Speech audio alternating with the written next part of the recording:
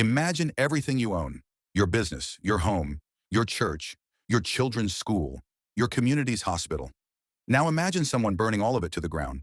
Not in a war, not in a natural disaster, in your own American city, by your own American government. And then imagine that same government calling it a riot. That is what happened to the people of Greenwood, Oklahoma. And for 75 years, they made sure you never found out. Before we talk about what was destroyed, you need to understand what they built. In the Greenwood district of Tulsa, Oklahoma, 10,000 Black Americans had created something this country had never seen before. They called it Black Wall Street, and that name was not metaphor, it was fact. 2 newspapers, multiple churches, a library, law offices, hotels, theaters, a hospital, a junior high school, all Black owned, all Black operated, all built by people this country told to fend for themselves. And fend for themselves they did, magnificently. There was Dr. A.C. Jackson, one of the most skilled surgeons in the entire country. The Mayo Clinic said so themselves. He lived in Greenwood. He served Greenwood. There was John and Lula Williams. John ran the East End Garage. Lula managed the Dreamland Theater. They had built an empire from nothing, in a state that did not want them to have anything. This was not a poor neighborhood that white America pitied. This was a thriving, self-sufficient, generational wealth machine. And that is exactly why it had to be destroyed. May 30th, 1921. A 19-year-old Black shoe shiner named Dick Rowland stepped into an elevator. The operator, a 17-year-old white girl named Sarah Page, screamed. The most likely explanation? Rowland accidentally stepped on her foot. That is it. That is the whole incident. But in Tulsa, Oklahoma in 1921, that was enough.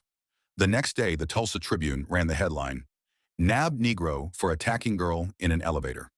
That headline was a lie, and the editor, Richard Lloyd Jones, knew it. Months before the massacre, his paper had published what amounted to a press release for the Ku Klux Klan, celebrating their expansion into Oklahoma. His editorials openly revealed his beliefs.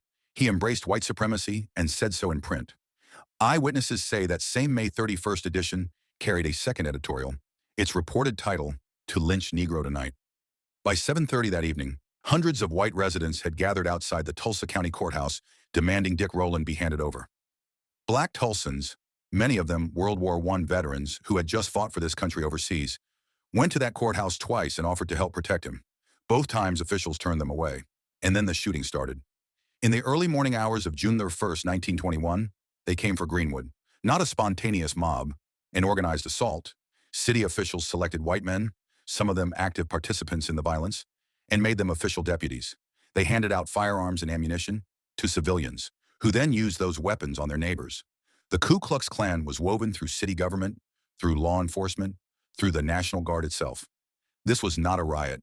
This was a government-sanctioned terrorist attack. Mount Zion Baptist Church, a $92,000 building the congregation had spent 7 years financing, was set on fire.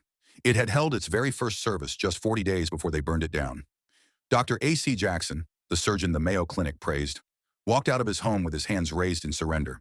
He was shot and killed anyway. By noon on June 1st, it was over.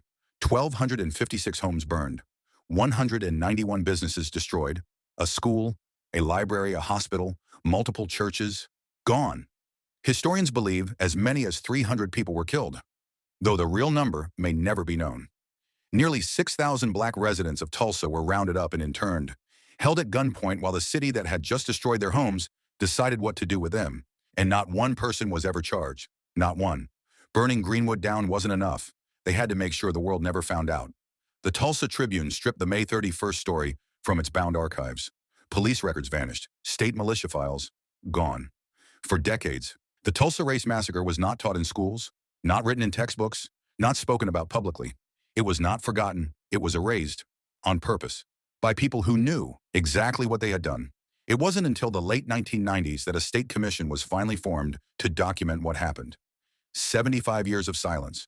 Oklahoma didn't add the massacre to its school curriculum until the year 2000, 79 years after it happened. And when they finally acknowledged it, survivors, elderly, many in their final years, received $200 each.